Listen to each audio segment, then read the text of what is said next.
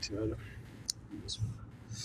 اچھا، 2 ہجری میں رمضان کا روزہ اور صدقہ فطر وہ فرض وہ کیا گیا، یہ اس کو بھی انڈر لائن کرو کہ جو روزہ ہے وہ 2 ہجری کو وہ فرض وہ ہوا تھا، اور زکوٰۃ کے مختلف نصاب کی تفصیل تعین کی گئی، صدقہ فطر اچھا زکوٰۃ بھی 2 ہجری کو فرض ہوا، لیکن اس کی تفصیلی جو احکامات ہے وہ فتح مکہ کے بعد 9 ہجری کو آ گئی ہے، ٹھیک ہے نا۔ اچھا جی، پھر نہایت نفیس موقع اور خوشگوار اتفاق یہ تھا کہ مسلمانوں نے اپنی زندگی میں پہلی عید جو منائی وہ شوال 2 ہجری کی تھی، اس کو بھی انڈر لائن کرو کہ عید کی پہلی نماز کب تھی؟ شوال 2 ہجری کو، جو جنگ بدر کی فتح مبین کے بعد پیش آئی۔ کتنی خوشگوار تھی یہ عید سعید جس کی ساتھ اللہ تعالیٰ نے مسلمانوں کے سر پر فتح اور عزت کا تاج رکھنے کی بعد عطا فرمائی، اور کتنا ایمان افروز تھا اس نماز عید کا ماند جسے مسلمانوں نے اپنے گھروں سے نکل کر تکبیر اور توحید اور تحمید اور تسبیح کی آوازیں بلند کرتے ہوئے میدان میں جا کر ادا کیا تھا۔ اس وقت حالت یہ تھی کہ مسلمانوں کے دل اللہ کی دی ہوئی نعمتوں اور اس کی ہوئی تائید کی سبب ان کی رحمت اور رضوان کے شوق سے لبریز اور اس کی طرف رغبت کے جذبات سے معمور تھے، اور ان کی پیشانیاں ان کی شکر و سپاس کی ادائیگی کے لیے جھکی ہوئی تھی۔ اللہ تعالیٰ نے اس نعمت کا ذکر اس آیات سے اور فرمایا وَاذْكُرُوا إِذْ أَنْتُمْ قَلِيلٌ مُسْتَضْعَفُونَ فِي الْأَرْضِ، یہ پوری آیت جو ہے نا وہ اللہ نے وہ نازل فرمائی۔ اب نیچے آ جائیے آپ بدر کے بعد جو جنگی وہ ہے نا وہ پڑھ لیتے ہیں، بدر کے بعد یہ آ جائے صفحہ نمبر 319 پر۔ بدر کا معرکہ مسلمانوں مشرکینوں کا سب سے پہلا مسلح ٹکراؤ اور فیصلہ کن معرکہ تھا،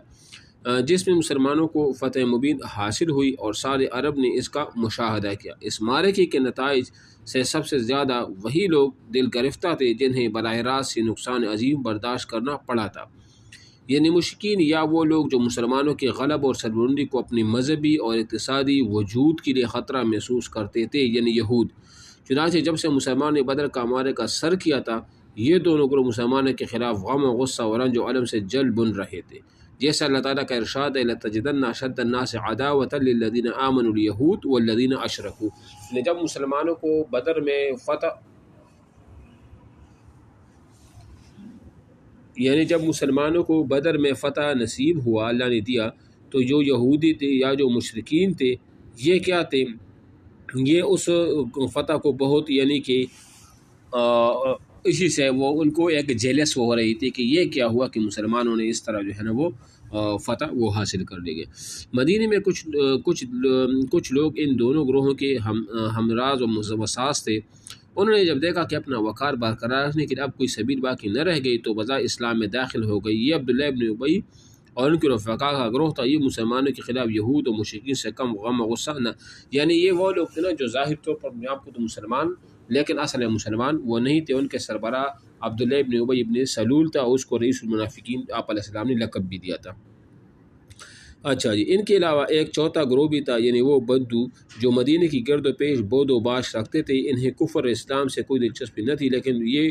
لٹیرے اور رہزن تھے۔ اس سے بدر کی کامیابی سے انہیں بھی قلق اور اضطراب تھا، انہیں خطرہ تھا کہ مدینے میں ایک طاقتور حکومت قائم ہوگی تو ان کی لوٹ کسوٹ کا راستہ بند ہو جائے گا، اس لیے ان کے دلوں میں بھی مسلمانوں کے خلاف کینہ جاگ اٹھا اور یہ بھی مسلم دشمنوں وہ ہو گئے۔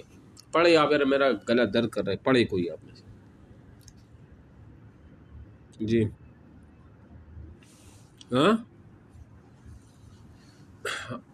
پیج نمبر 320 سے 319 کی آخر میں پڑھو وہاں سے۔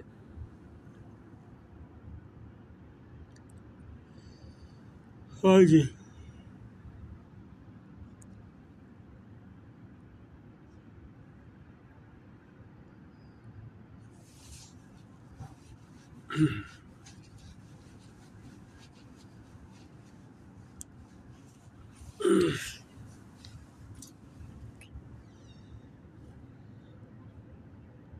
جی کھول لیا؟ Hello hello